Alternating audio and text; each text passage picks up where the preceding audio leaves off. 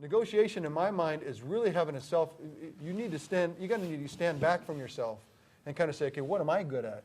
Where are my holes? What gets me in trouble? Could be a temper, right? I got a temper, and it crushes me in negotiation. In my case, I'm 6 foot, you know? It just happens to be my profession. I got to step away. What are the things, and there are many other things my shortcomings. We all have them, right? What are they? Let's start to understand them, and let's start mitigating those issues, because I'm going to get in the middle of something. If I'm going to succeed, if I'm going to reach what my goal is, I need to figure out a way around that one. I'm not going to grow.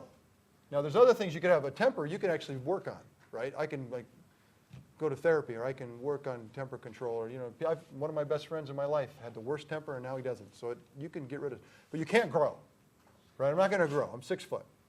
I'm actually going to shrink right before I grow.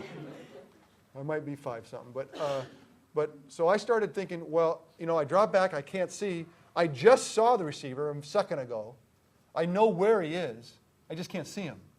So what am I going to do? I'm going to throw it anyway. On faith. Brutal endeavor for a quarterback. Because, you can't afford mistakes. Even in practice, you make a lot of mistakes, people are like, hey, this is the NFL. This is and especially on Joe Montana, it's embarrassing every time something went wrong. I had to have that. So all of a sudden, I'm going to start throwing blind. And what was amazing about it is that I started completing them. Now, they weren't in the same right spot, right? They'd be ahead or high, but they were being completed. And no one cared. It wasn't like I turned to the coach and said, I threw it blind, coach. That one wouldn't have been completed, but for my kind of ingenuity, right? No one cared. Even Jerry Rice, I'd say, Jerry, I'm going through this metaphysical process of learning to throw the ball blind.